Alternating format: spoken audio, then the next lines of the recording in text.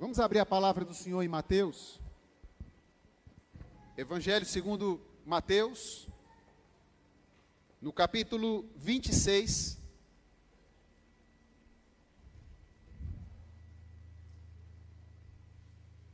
A partir do versículo 26.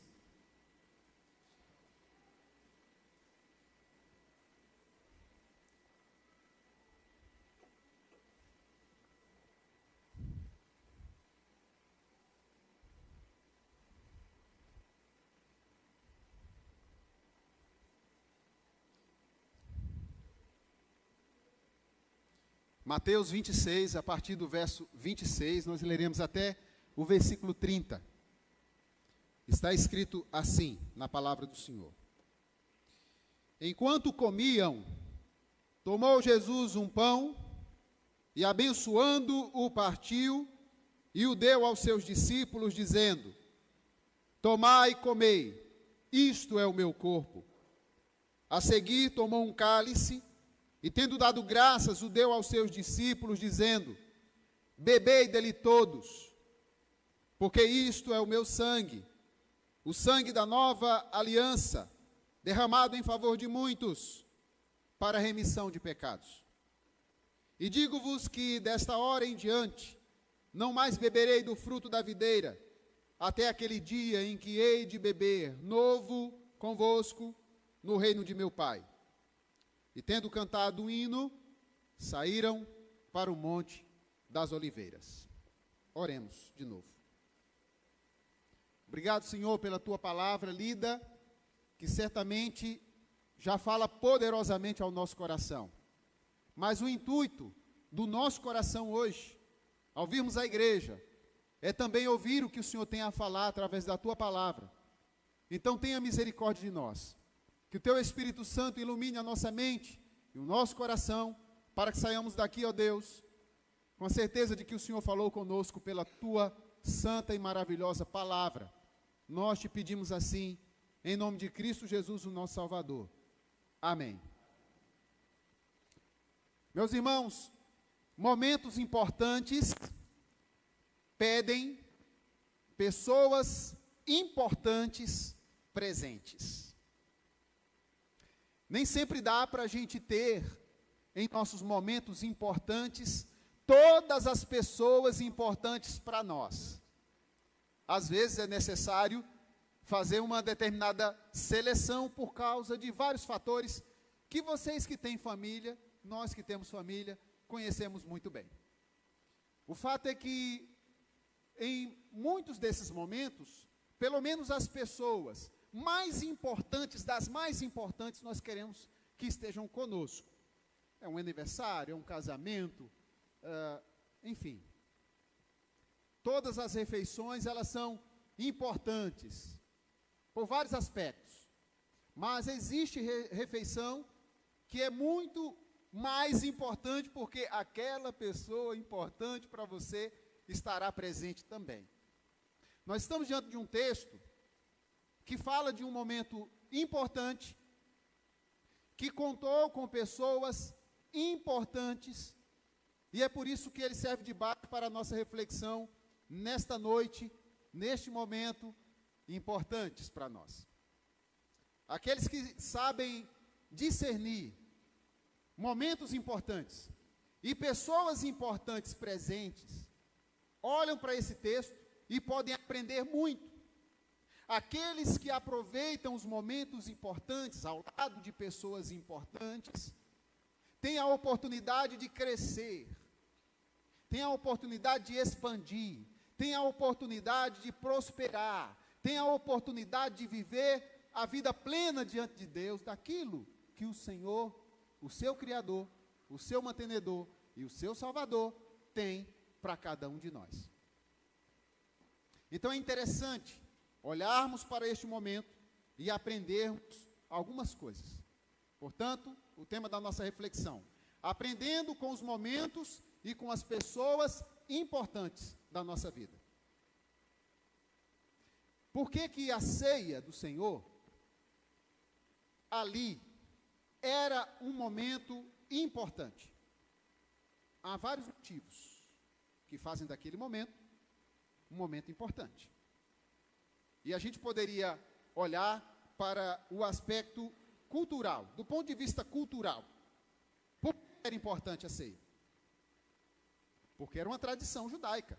É uma tradição judaica. Porque ao longo da história, o povo judeu celebrou aquele momento. Impérios se levantaram, impérios caíram. Poderíamos citar alguns deles. Mas a gente sabe. Cativeiros, como o babilônico, Império Assírio, Império Grego. Nós estamos agora diante do Império Romano. Mesmo assim, essa cultura prevalece. Os judeus mantêm essa cultura de celebrar a Páscoa. A cultura, ela é a identidade de um povo. O que se come, o que se bebe peculiarmente naquela cultura. A gente entra em nosso país e não tem aliás, tem uma comida que é brasileiríssima, né? O feijão com arroz é brasileiríssimo. Em todo lugar nós temos feijão com arroz. Mas tem uma região em que você vai encontrar uma comida culturalmente diferente de outra, com um nome diferente. Então, a língua está coçando para falar da buchada de bode, lá no Nordeste. Então, a comida típica de alguns lugares do Nordeste, a comida típica do Sul, a comida típica do Sudeste, por aí vai. Cultura. Isso é tão lindo, meus irmãos, tão lindo, que na antropologia cristã, alguns defendem a ideia de que se separássemos o elemento demoníaco, se conseguíssemos extrair os elementos demoníacos, portanto, os elementos que fazem mal à humanidade, os elementos que estão contrários à palavra de Deus e àquilo que Deus tem para nós, se conseguíssemos fazer isso, sobraria apenas a beleza cultural de fato. Será que é assim mesmo? A maneira como as pessoas se vestem, a maneira como as pessoas se portam. Imaginem, não sei se você já parou para pensar nisso, um carnaval sem embriaguez, sem orgias, sem sensualidade, sem, aí alguém poderia dizer, então não é carnaval. Sim, porque a coisa já está impregnada, de maneira que o lado belo ficou prejudicado do ponto de vista cristão. E muitas vidas são prejudicadas, muitas vidas são ceifadas neste período. Mas imaginem, porque nós não podemos deixar de admirar aquilo que é belo na cultura, aquilo que é inteligente, a maneira criativa como os artistas pintam a coisa e desenham a coisa, mas entra o elemento demoníaco, entra o pecado e estraga tudo.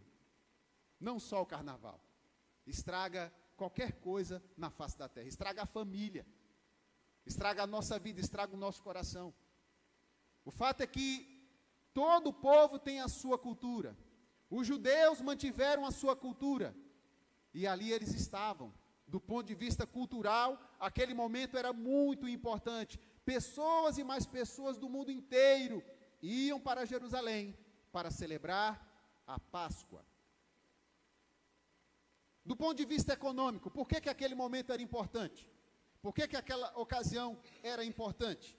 Porque trata-se de um evento que movimentava e...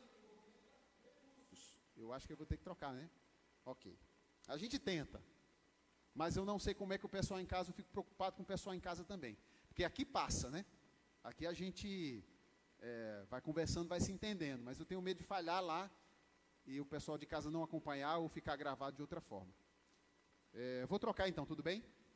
Ok. Depois a gente tenta de novo, nós vamos conseguir 1 hora. Pode desligar ele aí, por favor.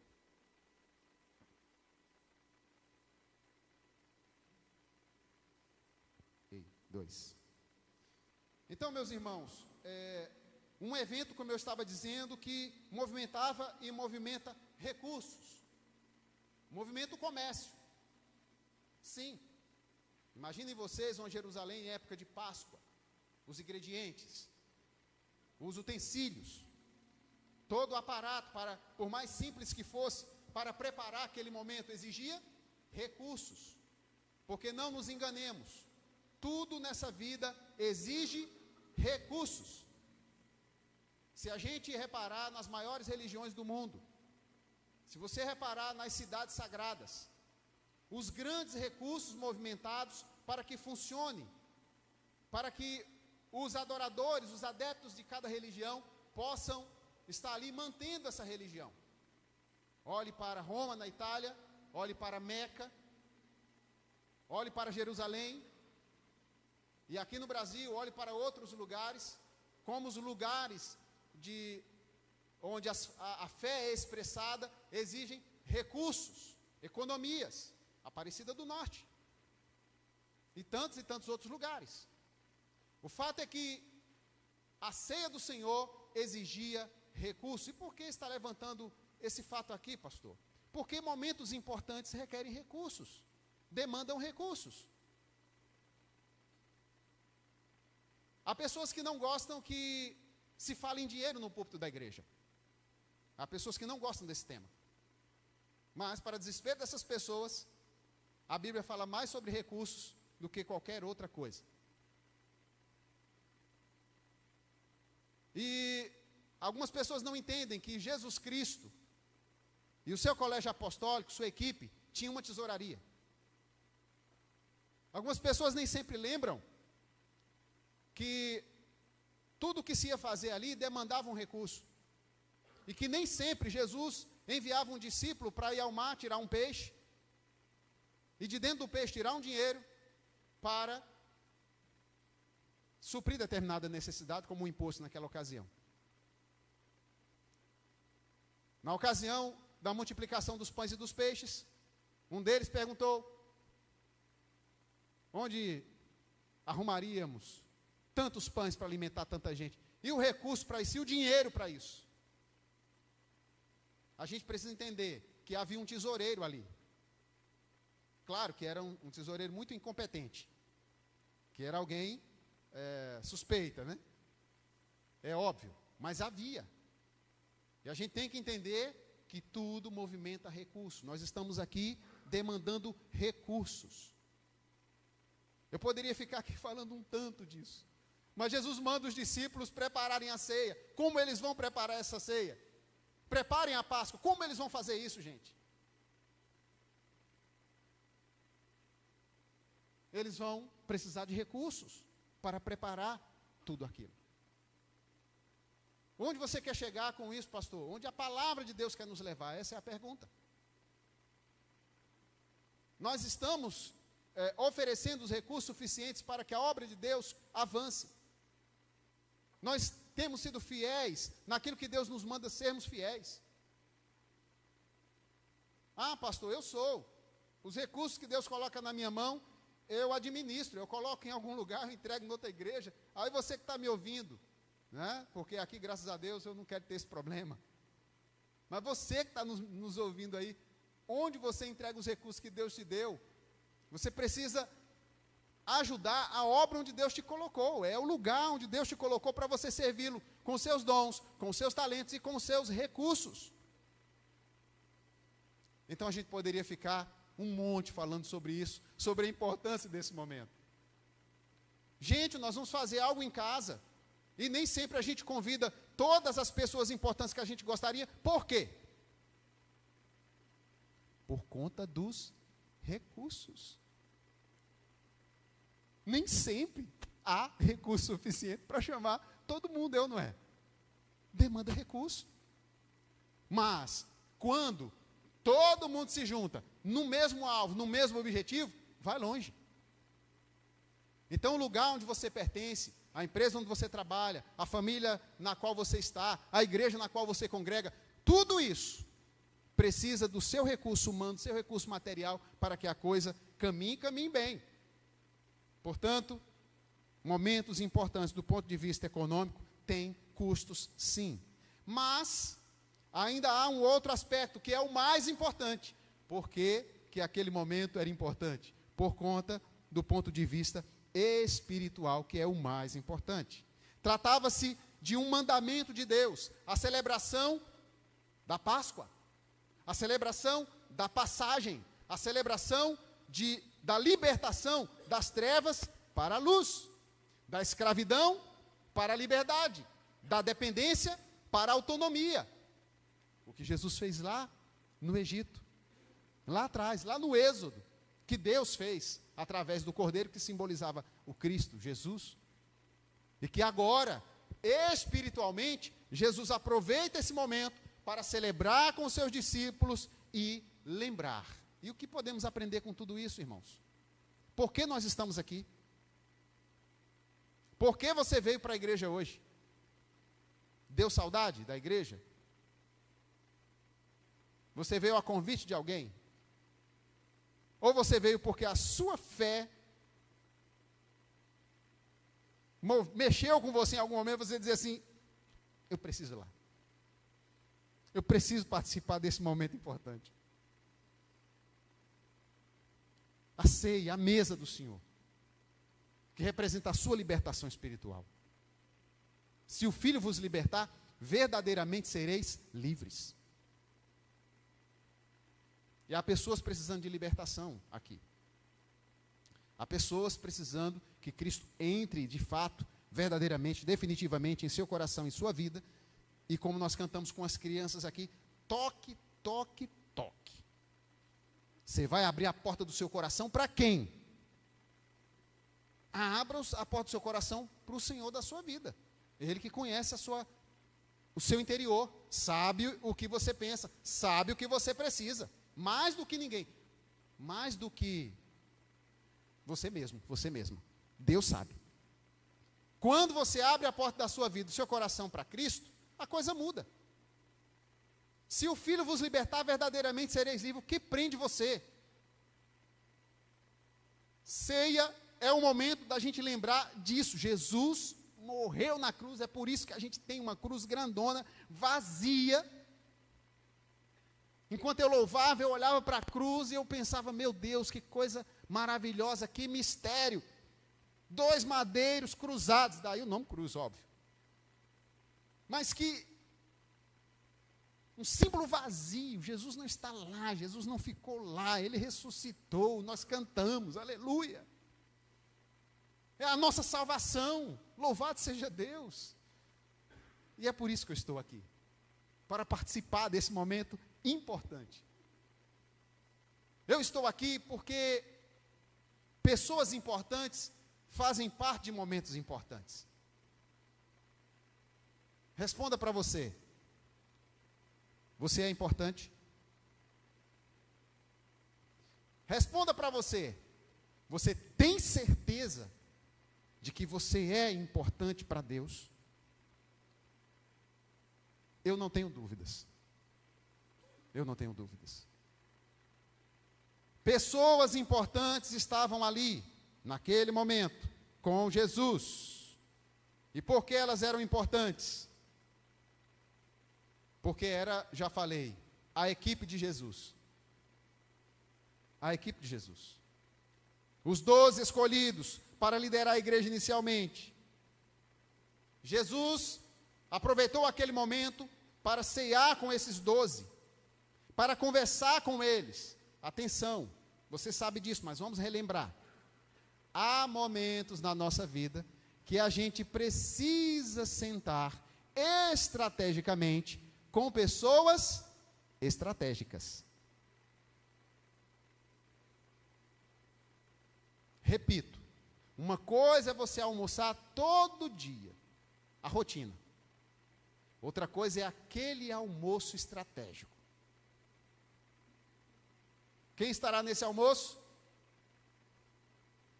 O camarada que quer pedir a mão da sua filha em casamento. Então o quadro já muda de figura. A situação já é outra. Opa, isso é estratégico. Então a gente meio que pisa em ovos às vezes. Tem que medir as palavras. Tem gente balançando a cabeça falando assim, não foi assim não, pastor, não foi assim não. Tem que saber como é que vai falar com o pretenso sogro, com a pretensa sogra. Tem que saber como a coisa funciona, né? Jantares, almoço, cafés, negócio. Lá na sua casa tem que ter essa estratégia. Lá na sua empresa você sabe que tem. Uma coisa é a garrafa de café que está lá todo dia disponível. Outra coisa é quando o chefe diz assim, ó, amanhã vai ter aquele café. Aí você, opa. Na igreja é assim. Sexta-feira nós tivemos reunião da liderança, reunião do conselho. Muitas vezes você precisa sentar estrategicamente com pessoas estratégicas para a coisa caminhar. A vida é assim. E com Jesus não foi diferente. Jesus eu ia dizer trabalhou, né? E trabalhava. Ele trabalha em equipe. E se você se diz cristão, se diz seguidor de Jesus, e ainda não tem uma equipe para trabalhar, ou não aprendeu a trabalhar em equipe, eu sinto muito. Não sinto. Eu tenho que ser sincero com você. Você precisa rever o seu cristianismo. Porque Jesus trabalha em equipe. Jesus não nos ensina a trabalhar sozinhos. Jesus escolheu 12. E ele caminhou estrategicamente com esses 12. E aqui está ele. Pessoas importantes. Importantes. Até o trair era um mal necessário ali. Do ponto de vista profético. Até Judas Iscariotes. Por que aquelas pessoas eram importantes ali? Porque eram a família espiritual de Jesus. Os judeus sempre celebram a Páscoa em família. A gente sabe. Cada um em sua casa. Isso desde o Egito, desde o Êxodo. Mas Jesus não está celebrando com a sua família biológica. A última Páscoa, a última ceia, ele está celebrando com os seus discípulos. E aí há um momento muito interessante, em Mateus 12, do 46 ao 50, quando Jesus está pregando, está trabalhando, e alguém vai até ele e diz, tua mãe e teus irmãos estão lá fora, querem falar contigo. E qual é a resposta de Jesus? Quem são? Quem é a minha família? Minha mãe ou meus irmãos? Minha família, minha mãe e meus irmãos são aqueles que fazem a vontade do meu Pai que está nos céus. Jesus estava negando a sua família biológica? Não. Jesus estava enfatizando, naquele momento, que a sua missão tinha prioridade, naquele momento, na sua vida. Família é importante? Importantíssima. A Bíblia diz que se a gente não cuida da nossa família, a gente está pecando. A gente precisa cuidar da nossa família. Mas há ainda algumas coisas mais importantes do que a família, pasmem, mas é bíblico. E aquilo que Deus tem para a sua vida é mais importante do que qualquer coisa nesse mundo. Por isso, muitas vezes, a gente precisa deixar a família para atender a um chamado de Deus. Se não fosse assim, eu estaria em Paulo Afonso até agora. Lá na minha terra natal. O que eu estou dizendo para vocês é que a família de Jesus, a família espiritual, ela também é importante. E aqui está Jesus, com a sua família da fé, com os seus discípulos, num momento muito importante, com pessoas importantes. Atenção, queridos. Este momento é importante, esse lugar é importante, e essa pessoa que está do seu lado é importante. Realmente, quem está sentado ao meu lado é a minha esposa, é o meu marido. Ela é muito importante.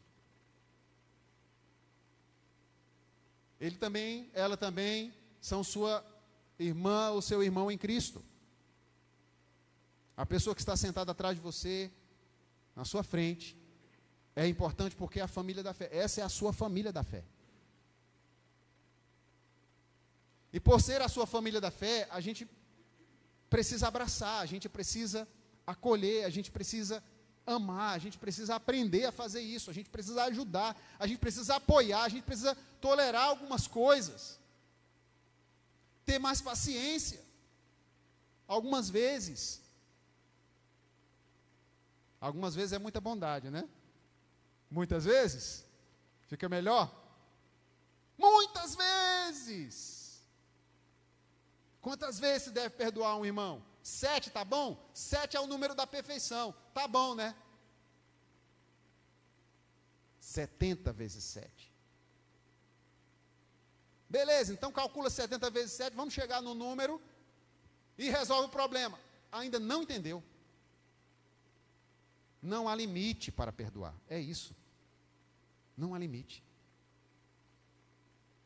Então é interessante que a gente entenda que, vejam, gente que estava ali, usada pelo diabo, no meio da família espiritual de Jesus. Como é que pode? Pode. Porque enquanto estivermos nesse mundo, nós sofremos essas coisas. Por que aquelas pessoas eram importantes ali? Porque eram gente como a gente. Por isso que nós já entramos nesse assunto. Pessoas com necessidades fisiológicas. Comei, bebei. Gente como a gente. Pessoas com necessidades espirituais. É para a remissão do pecado de vocês. Foi isso que Jesus orientou ali. Pessoas com sentimentos, pessoas com emoções, pessoas sujeitas a errar. Gente como a gente. Gente como Pedro, que negou Jesus. Repito, gente como Judas, que traiu Jesus. Gente como a gente. Eu não sou como Judas não, pastor, peraí. Eu, hein? Tá, você pode nunca ter traído Jesus. Pode nunca ter traído alguém na magnitude que Judas traiu. Mas examine-se um pouquinho mais. Será que você nunca traiu a confiança de alguém na sua vida? Será que você nunca negou nenhum princípio seu durante a sua vida? Será que isso nunca aconteceu com você? Por que o apóstolo Paulo, lá em 1 Coríntios capítulo 11, verso 28, ele diz: examine-se, pois, o homem, e depois coma do pão e beba do cálice. Porque a gente precisa se autoexaminar e pensar um pouquinho mais. Meus irmãos, somos pessoas como esses discípulos de Jesus, sujeitos a tudo, a todas as intempéries da vida, e aqui com Cristo, caminhando com Ele, afinal de contas, a pessoa mais importante desse momento, Jesus Cristo. Aquele que realmente se importa conosco, aquele que tem palavras de provisão para a nossa vida, comei, bebei. Isso não é simplesmente reconhecer a nossa necessidade fisiológica de nutrir e de hidratar, não. Ele providencia. Coma, está aqui o pão. Beba, está aqui o vinho. Ele é o Deus da providência para nós. É o Deus que nos salva. O que eu estou fazendo aqui é para a remissão do pecado de vocês. Olha, meus irmãos, que provisão espiritual maravilhosa. É o Deus da esperança. E digo-vos, verso 29, que desta hora em diante não beberei deste fruto da videira, até aquele dia em que o hei de beber novo convosco no reino de meu Pai. Muitas pessoas não entendem direito esse versículo. Afinal de contas, se Jesus disse que nós não beberíamos mais, por que a gente bebe até hoje? Porque a gente precisa entender que o reino de Deus começa em Pentecostes. Quando o Espírito Santo do Senhor capacita a igreja a pregar o Evangelho em todo o mundo. Que a gente precisa entender biblicamente que nós estamos vivendo esse reino. Muito embora o mundo esteja morto no maligno, mas é Deus quem reina em última instância. É Jesus Cristo, o Rei dos Reis, o Senhor dos Senhores, que está sentado no mais alto e sublime trono, e voltará para buscar a sua igreja, como nós acabamos de cantar. E enquanto nós aguardamos essa bendita volta do Redentor, a gente vai participando desse momento importante, com pessoas importantes. A gente não pode se esquecer de que Jesus Cristo está aqui. A gente não pode se esquecer de que Ele é parte desse momento, a pessoa mais importante desse momento, e que quando nós participamos do corpo e do sangue, nós estamos em comunhão com Cristo, uma vez que Ele está aqui espiritualmente com a gente. Então, meu querido, nunca se esqueça disso. Esse momento é importante, esse lugar é importante, porque aqui estão pessoas importantes. E você é muito importante para Deus. Você é muito importante para Jesus. Não foi à toa que Ele entregou a sua vida por você. Este é o lugar, apesar da nossa imperfeição, este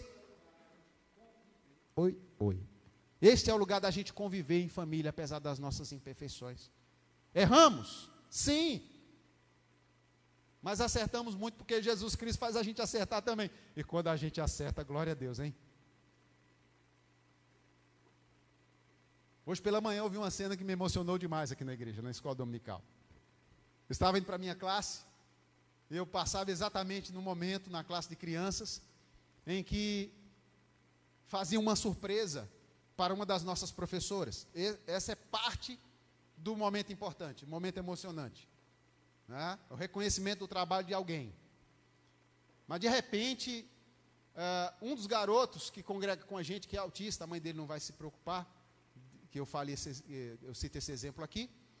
Um dos garotos que estavam congregando com a gente, que é autista, naquela surpresa, no calor da emoção, no barulho, ele se assustou. É natural, quem trabalha com autismo sabe como é que é. O garoto assustou e saiu da sala correndo, desesperado, porque a sensibilidade é muito alta, sabe? Não aguenta barulho. E eu estava chegando no momento em que ele estava correndo da sala desesperado. Um diácono, irmãos, o abraçou. Catou ele assim nos braços. Calma, fulano, calma. E tapou os ouvidos dele. E ele foi se acalmando. E eu fiquei percebendo aquilo, meu Deus, nós não tivemos treinamento disso.